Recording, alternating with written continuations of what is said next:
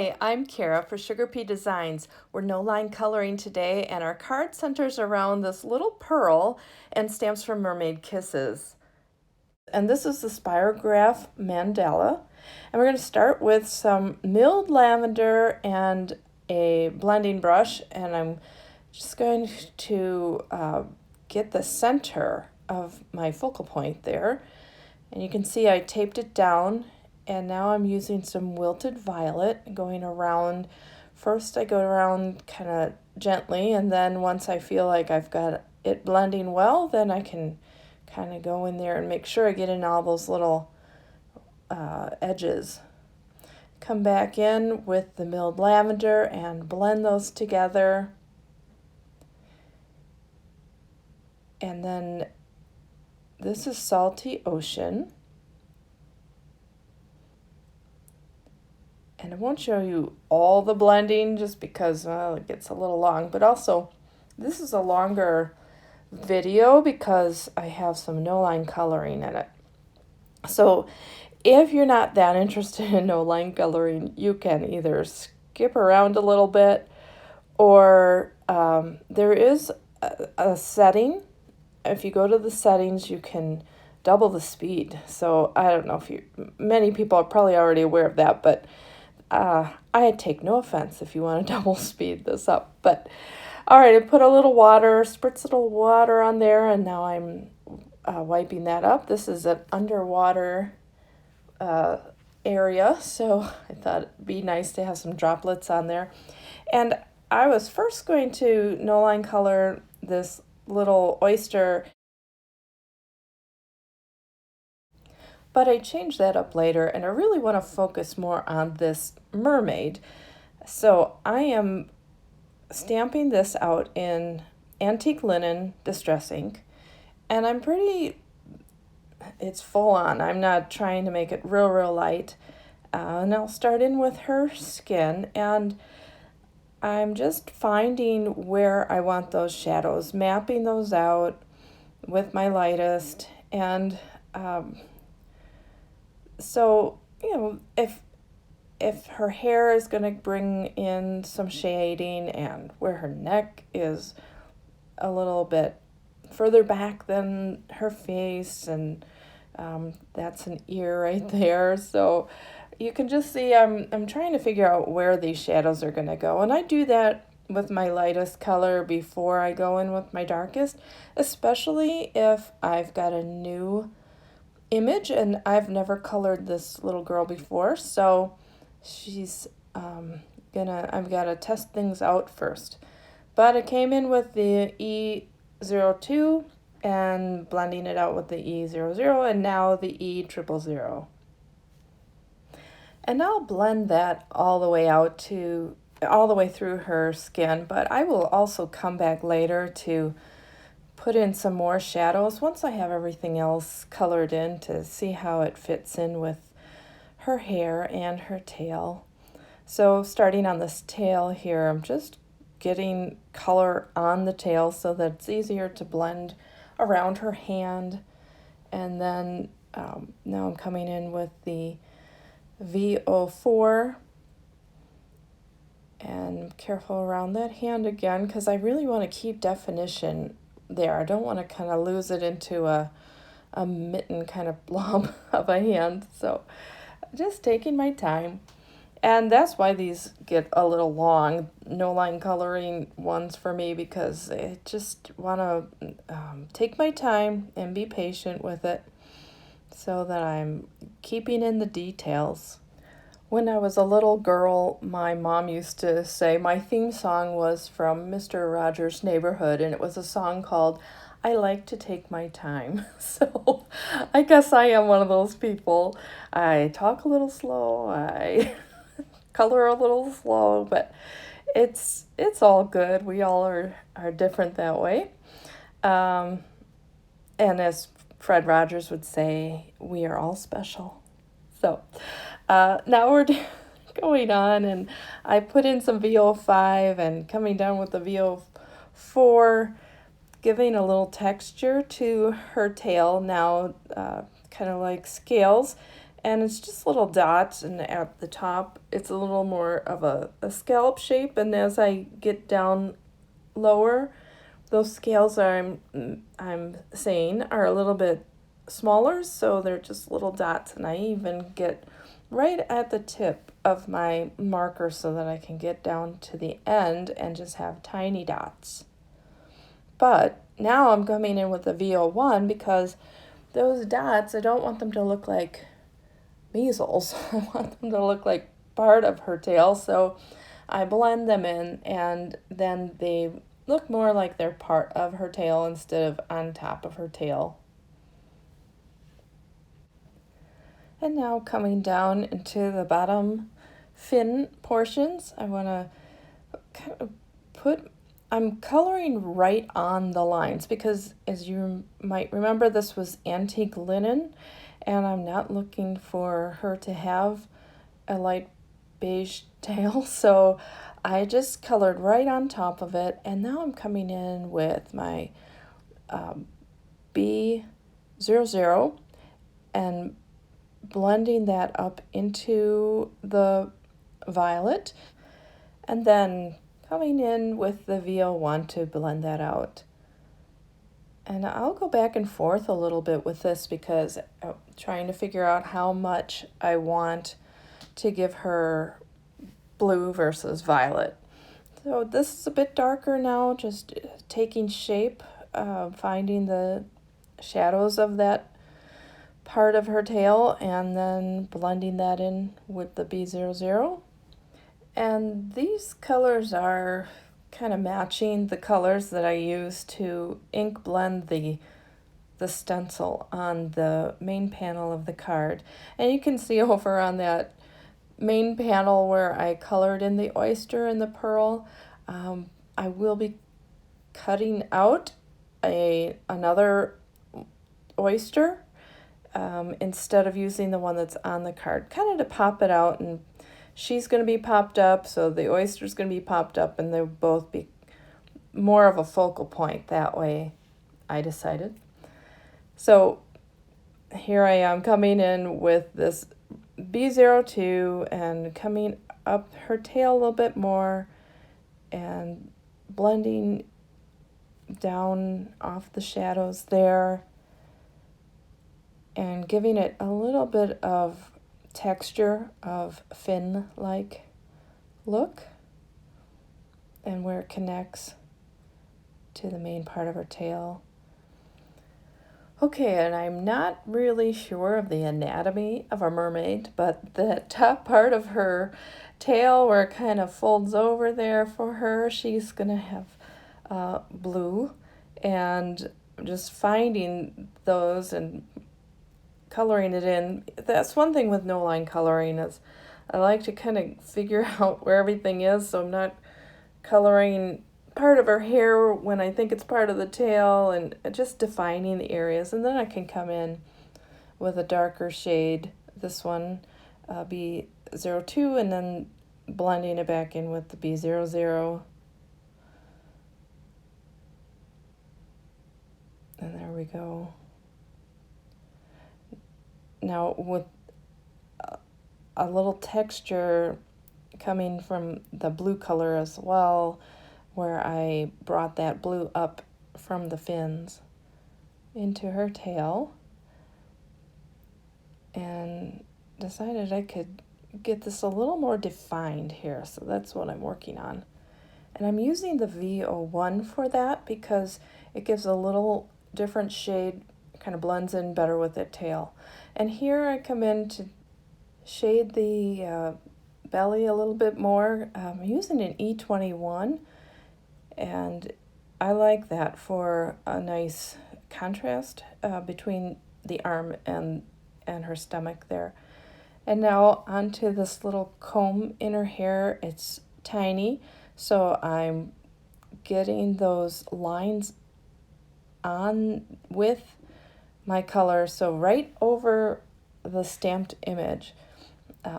Again, it's not going to be that tan color, so I'm kind of drawing with my marker right on that image and then coming in with a lighter one and filling it in. And this is really so small that I'm not going to do a lot of blending or anything. I want to keep it kind of enhanced that way. So onto her shells, and I decided these are going to be a combination of the violet and the blue, and I don't show it, but I'm looking over at the packaging for her, the stamps, and kind of see where that is so that I'm not missing or making your shells different than they should be as they are illustrated. So that does help when doing no line coloring, is to have the image stamped or to look at the packaging on the side. All right, I brought it close up so you could see this a little better. This is a small area, so I wanted to be showing you exactly how I use the marker in a small area. Sometimes you really are just touching the paper with dots or tiny little flicks to blend things out. And I'll put the blue on top of the purple and the purple on top of the blue. I'm not trying to keep them separate. I'm kind of making sure that they look like they're blending one to the other. And I use Georgia Pacific. It's 110 pound cardstock, and it's not very thick. When you hear 110 pound, you're usually thinking of a thicker paper like the Nina Solar White, but this is not that. I don't use it for a card base, but it works really well for me for coloring. I feel like I have control over it. It doesn't soak up the ink too much, and I just have more control over the coloring. Now, I know a lot of people don't care for this cardstock, but for me it works. I think this is because I started with it, and so it's always it's what I was used to from the beginning. All right, now we're on to her hair, and she's going to have blonde hair. So again, I'm looking for where I'm going to have the deepest shadows, and I like to map those out first with a lighter color so that I am prepared to start with the darker ones. Oh, and if you are in the US, you can get that Georgia Pacific cardstock at Walmart. So that's a plus. All right, so this is an E21, and when I do blonde hair, I like to use it as shadow for the yellow colors. Kind of makes it more like a blonde than just yellow hair. So I'm coming in with the E21, and I'll even come in with an E23 into the darkest areas. But trying to make sure that I've got some definition between her skin and the hair. And here's that E23 coming in. And I'm just going to do very small lines, almost not quite, but a little bit like I'm outlining the area, so that it's giving real definition between that skin color and the light hair color. And I probably could even get darker with her hair, but not today.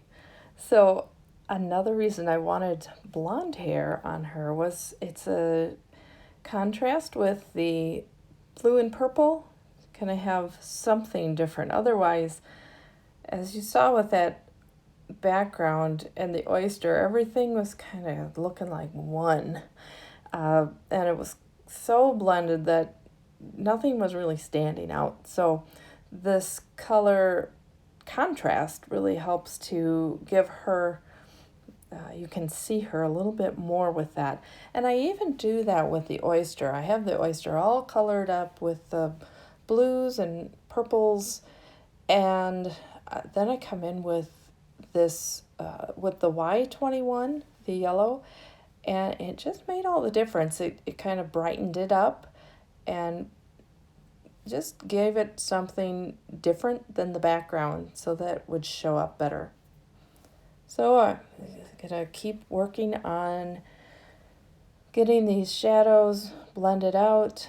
So really trying to get that E23 blended out with the E21 so you don't see those little lines, but that it looks more like it's just the shadow deep in those different parts of her hair. Now her hair, you can see it's in like chunks, locks of hair rather than one strand of hair. You don't see every strand of hair, you see locks of hair. And I like that look because that's what you see when you're looking across from somebody. You see parts of her hair instead of every little strand. And so I'm trying to give those that definition, and the illustrator did this on the stamp, so you can see with the stamped lines how they separated her hair, and I'm trying to follow that. Just filling everything in now with my lightest color, the Y21, and now that they have shadows all around, you can see the various chunks or locks in her hair.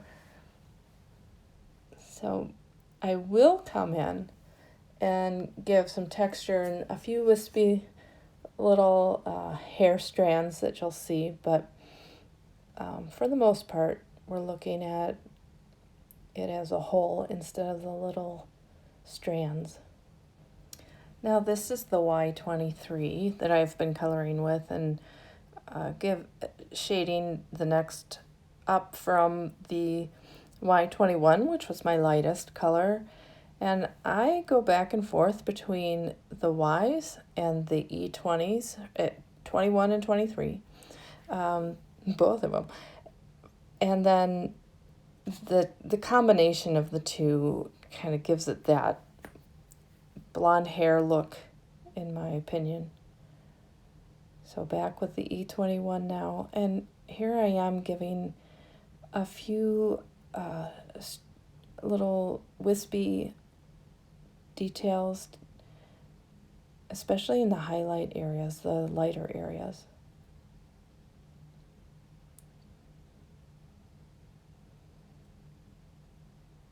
And it helps to turn the paper around. For me, if I'm doing these little flicks towards me, I have more control than when I'm doing them away or sideways. So it helps to turn that paper where I need it to go in order to get that. Now here's as dark as I go. This is the Y26. Just enhancing those shadows.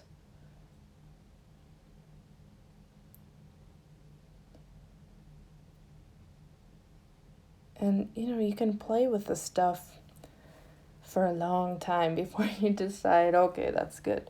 So it's really up to you where you want to stop. I mean, it's one of those things that you can come back later and look at it and say, oh, no, I'd like this to be a little darker, or I really can't see that definition between her shoulder and the back of her hair, or, so it's like that. But then there's times where you just say, okay, it's a card. My friend will love it, and I am done. So it's really just a matter of how much you want to play with it, or if you're practicing and you want to really get into practice. Now you can see right here, I felt like, oh, this is looking a little funny, so I made it go down, lay down better. Her hair seemed to have a little bump on the bottom, so I smoothed that out, and then I brought in those little lines, and now blending a little bit more in with that Y21, the lightest color. So anything that I put a little texture, I'm just pulling that out more with that Y21. All right, now to give her a little bit more definition or detail in her hand. I want to make sure that you see those shadows so that it looks like a hand. And on her ear, the ear would have an opening in it, and then pulling from her hair with the E21 where it would be more of a shadow. So with the skin, I like to start with the skin color because it's so light and you don't want to pull a lot of other colors into it. If you accidentally catch, let's say you had red next to it, you don't want to pull that into your skin. So I do it first, but then I will come back at the end to get any kind of details of those shadows. And then here I'm just using a Copic multiliner to add in her facial details that were on the stamp. And I'll cut that out using my Big Shot. And I'm stamping the sentiment. And I love the sentiment because it's very meaningful that even the smallest grain of sand can do great things. And there you see the pearl. And here's where I come in with that Y21 to give the brightness to that oyster that was kind of missing. So I have a top folding card, and I'm just going to adhere this panel that was cut out with the scallop rectangle from the Card Front Element Builder. And then I'm going to adhere that strip with the sentiment, and I have the oyster on some foam adhesive so it stands out, and my little mermaid, and she is, I'll wiggle her around a little bit until I decide where she looks best, and then she'll be adhered down. I'll clip off the edges of the sentiment strip, and the card is all done. Well, I hope you enjoyed this video today, and if you did, if you would like it, and subscribe to my channel if you haven't already. Thanks for watching, and may the Lord bless you today. Bye.